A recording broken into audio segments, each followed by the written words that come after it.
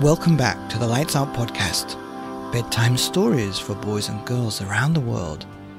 Good evening, boys and girls. Are you ready for bed? Are you all snuggled up and ready for another Lights Out bedtime story? Good, because you're in for a treat tonight. That's right, we have chapter 3 of Fantastic Mr. Fox by Roald Dahl. And tonight's chapter is called The Shooting. "Well, my darling," said Mr. Fox, "what shall it be tonight?" I think we'll have duck tonight," said Mrs. Fox. "Bring us 2 fat ducks, if you please. One for you and me, and one for the children." "Ducks it shall be," said Mr. Fox. "Bunce is best." "Now do be careful," said Mrs. Fox. "My darling," said Mr. Fox, "I can smell those goons a mile away. I can even smell one from the other. Boggis gives off a filthy stink of rotten chicken skins. Bunce reeks of goose liver. And as for Bean, the fumes of apple cider hang around him like a poisonous gas." "Yes, but just don't get careless," said Mrs. Fox. "You know they'll be waiting for you, all 3 of them." "Don't you worry about me," said Mr. Fox. "I'll see you later." But Mr. Fox would not have been quite so cocky had he known exactly where the 3 farmers were waiting at that moment. They were just outside the entrance to the hall, each one crouching behind a tree with his gun loaded. And what is more, they had chosen their positions very carefully, making sure that the wind was not blowing from them towards the Fox's hole. In fact, it was blowing in the opposite direction. There was no chance of them being smelled out. Mr. Fox crept up the dark tunnel to the mouth of the hole. He poked his long, handsome face out into the night air and sniffed once. He moved an inch or 2 forward and stopped. He sniffed again. He was always especially careful when coming out from his hole. He inched forward a little more.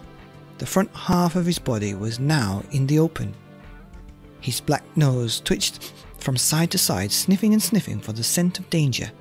He found none, and he was just about to go trotting forward into the wood when he heard, or thought he had heard, a tiny noise, a soft rustling sound, as though someone had moved a foot ever so gently through a patch of dry leaves. Mr. Fox flattened his body against the ground and lay very still, his ears pricked. He waited a long time, but he heard nothing more. It must have been a field mouse, he told himself, or some other small animal. He crept a little further out of the hole, then further still. He was almost right out in the open now. He took a last careful look around. The wood was murky and very still.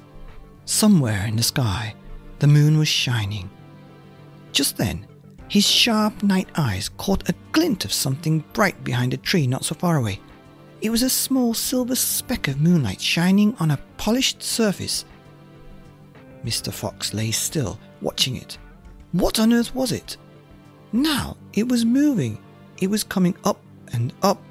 Great heavens! It was the barrel of a gun! Quick as a whip, Mr. Fox jumped back into his hole, and at the same instant the entire wood seemed to explode around him. Bang! Bang! Bang! Bang! Bang! Bang! The smoke from the 3 guns floated upwards into the night air. Boggis and Bunce and Bean came out from behind their trees and walked towards the hole. "Did we get him?" said Bean.